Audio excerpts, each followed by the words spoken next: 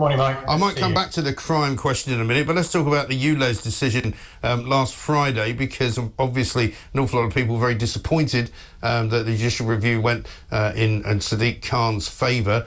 He doesn't seem to be interested in listening to anybody who's against it. He's going full steam ahead. What's your reaction? Is there likely to be some kind of pressure brought to bear against him? Well, I hope so. I think the first thing on the judicial review, the thing to bear in mind is that judicial reviews are not about whether the policy is good or not. It's about the process that was followed to implement the policy.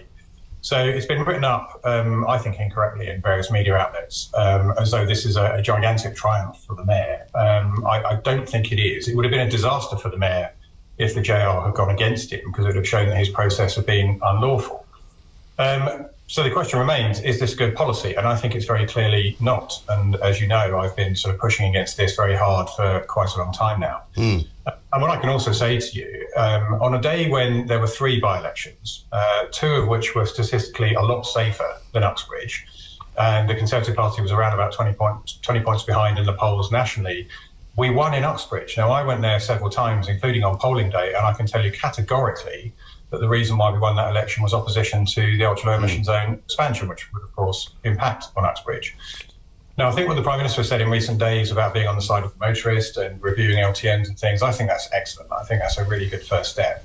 But I would be encouraging him to go further, and I think the government should take a very long, hard look at the ULEZ expansion and see what they can do to stop it. I mean, low traffic neighbourhoods notwithstanding, and sort of reviews of things notwithstanding, I think people would like to see something a bit more concrete in terms of Rishi Sunak saying, well, we're going to overrule Sadiq Khan here, because he could do that. And I know I've spoken to MPs in the past who have said that he could, but it's a process. It may be not something he wants to do, but he could do it. And I wonder whether if Rishi Sunak really is the friend to the motorist, that could actually save the Tory party in the next election.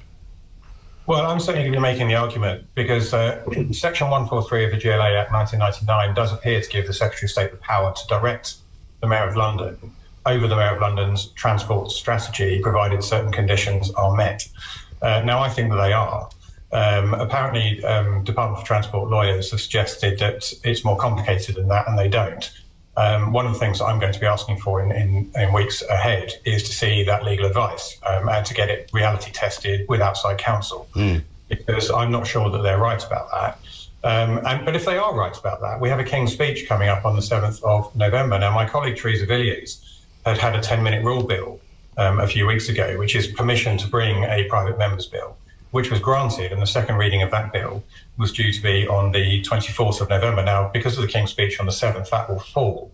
But what her bill was about removing the power from mayors and from local authorities to implement charges such as this, to make it absolutely unambiguous that the government would have the power to do that. So if Section 143 of the GLA Act 1999 doesn't give the government power, then I think the government should give serious consideration to adopting Theresa's bill and putting that in the King's Speech. It need not be a long bill, need not take up lots of parliamentary time, but I think it would be cheered to the echo by my constituents, by the whole of Outer London, by people who live outside Greater London, all of whom are going to be ravaged by this tax that the Mayor wants to impose on them.